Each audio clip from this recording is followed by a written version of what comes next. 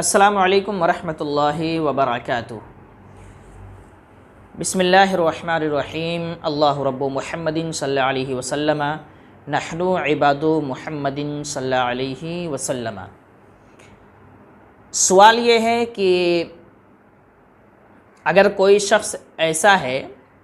کہ جس کو پیشاب کے قطرے بہت زیادہ آتے ہیں، بار بار آتے ہیں، اس کو اتنا بھی موقع نہیں ملتا کہ وہ وضو بنا کے نماز ادا کر سکے، تو اس کے لیے کیا حکم ہے؟ یعنی وہ وضو بناتا ہے اور ایک وقت نماز کا ایک وقت بھی اس کا وضو نہیں ٹکتا ہے، اس کے اندر ہی اس کو پیشاب قطرے آتے رہتے ہیں اور وضو ٹوٹ جاتا ہے، تو اس کے لیے نماز کا کیا حکم ہوگا؟ وہ کس طریقے سے نماز پڑھے گا؟ یاد رکھیں، اس کا جواب یہ ہے کہ اگر کوئی شخص ایسا پیشاب کے قطرے کے مرض میں مبتلا ہو گیا ہے کہ وہ نماز کا ایک وقت بھی وہ وضو کے ساتھ نہیں رہ سکتا ہے، باوضو نہیں رہ سکتا، اس کا وضو بار بار ٹوٹ جاتا ہے، 10 منٹ پہ 5 منٹ پہ اس کو پیشاب کے قطرے آتے رہتے ہیں، نماز میں بھی قطرے آتے رہتے ہیں، وہ پوری نماز نہیں پڑھ پاتا ہے، تو وہ معذور کے حکم میں ہوتا ہے۔ اس کے لیے حکم یہ ہے کہ جیسے نماز کا وقت شروع ہو وہ وضو بنا لے، اور وضو بنانے کے بعد نماز کا وقت ختم ہونے سے پہلے تک جتنی نمازیں پڑھنا چاہے وہ پڑھ لے، جتنی نمازیں پڑھنا چاہے وہ پڑھ لے، جیسے اس نماز کا وقت ختم ہوگا اس کا وضو ٹوٹ جائے گا۔ اب اس نماز کا وقت ختم ہونے سے پہلے وضو بنانے کے بعد سے لے کر جو نمازیں وہ پڑھ رہا ہے اس کے بیچ میں اگر پیشاب کے قطرے آتے بھی ہیں تو شریعت مطہرہ یہ اس کو معذور سمجھتے ہوئے اسے معاف رکھتی ہے، اس کا وضو ٹوٹے گا نہیں بلکہ وضو مانا جائے گا، اور وہ اس وضو سے جتنی نمازیں چاہے پڑھ سکتا ہے۔ لیکن جیسے ہی نماز کا وقت ختم ہوگا اس کو دوسری نماز کے لیے دوسرا وضو بنانا ہوگا۔ مثال کے طور پر میں آپ کو سمجھا دوں، کسی نے مغرب کی نماز کے لیے وضو بنایا، مغرب کی نماز کے لیے آپ وضو بناتے ہیں اور مغرب کی نماز پڑھنے کے لیے جاتے ہیں، اور اس بیچ میں بھی آپ کو پیشاب کے قطرے آ رہے ہیں۔ آپ مغرب کی نماز مکمل پڑھیے، مغرب کی نماز پڑھنے کے بعد آپ جب تک مغرب کی نماز کا وقت ہے اس وقت تک آپ کا وہی وضو کافی ہے، آپ جتنی نمازیں پڑھنا چاہیں پڑھ سکتے ہیں، اور جیسے ہی مغرب کی نماز کا وقت ختم ہوگا آپ کا وضو ٹوٹا مانا جائے گا، آپ باوضو نہیں بلکہ بے وضو ہو جائیں گے۔ اب عشاء کی نماز آپ کو پڑھنا ہے تو آپ کو دوبارہ پھر سے وضو کرنا پڑے گا، دوبارہ پھر سے وضو کریں، عشاء کی نماز پڑھیں۔ اب عشاء کی نماز آپ پڑھ رہے ہیں، اس بیچ میں بھی اگر پیشاب کے قطرے آتے ہیں تو یہ قطرہ آپ کو بے وضو نہیں کرے گا، آپ کا وضو مانا جائے گا، اور آپ اس قطرہ کے آتے ہوئے بھی آپ نماز پڑھ سکتے ہیں۔ جب آپ مکمل نماز اپنی پڑھ لیں گے اور اس کے بعد میں آپ اگر استنجا وغیرہ کرتے ہیں تو وضو ٹوٹ جائے گا، یا نماز کا وقت ختم ہوگا تو وضو ٹوٹ جائے گا۔ بہرحال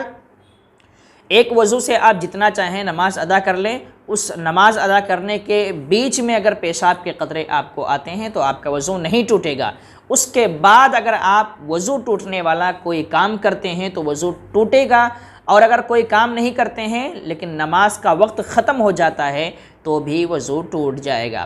آخر میں پھر اس کو میں سمجھا دوں کہ کیا مسئلہ ہے، کس طریقے سے وضو رہے گا، کس طریقے سے نہیں۔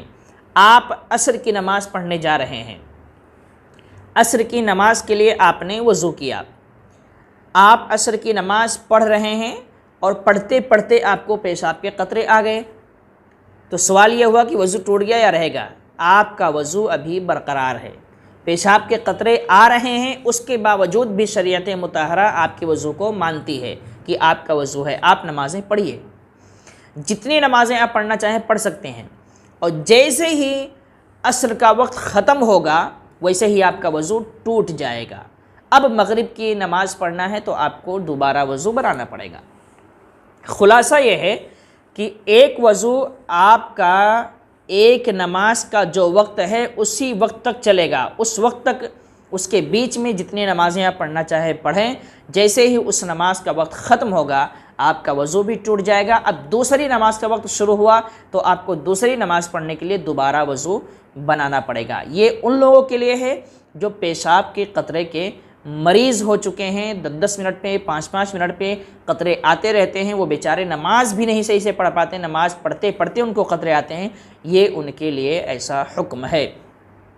اور ایک چیز اور کہ ظاہر سی بات ہے پیشاب کے قطرے آ رہے ہیں تو وہ قطرے آپ کے کپڑے پر لگیں گے، آپ کے جسم پر لگیں گے، تو اس کے لیے طریقہ یہ ہے کہ آپ پیشاب کی جگہ پر کوئی کپڑا یا کوئی تھیلی وغیرہ باندھ لیں، تاکہ وہ چیز جو ہے پیشاب کا قطرہ جو ہے وہ اس میں